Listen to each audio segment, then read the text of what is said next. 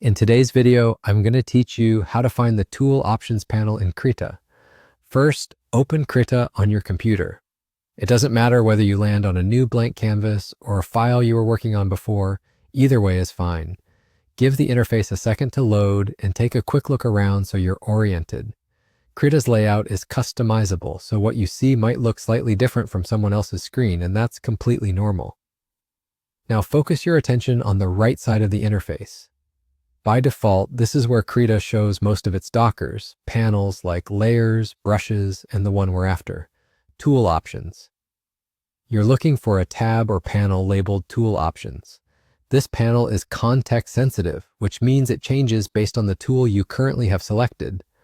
For example, if you select the brush tool, you'll find options for size dynamics, smoothing, and other brush-related settings right there.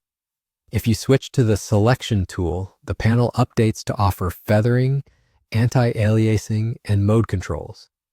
It's the quickest way to fine-tune the behavior of whatever tool you're using without digging through menus.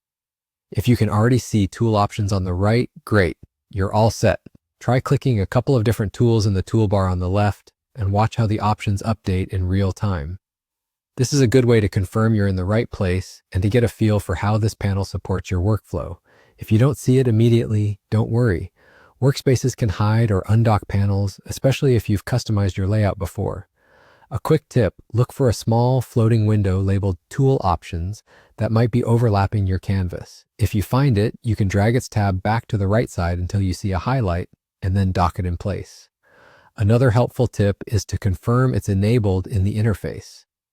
In Krita's menu, there's a list of dockers where Tool Options can be toggled on and off. Turning it on brings the panel back without changing the rest of your setup. If your layout feels cluttered or out of place, consider resetting your workspace to a default arrangement and then re-enabling Tool Options. And that's it. You've located the Tool Options panel in Krita. Keep it visible while you work so you can adjust settings on the fly, and once you have a layout you like, save your workspace so your panels stay exactly where you want them next time.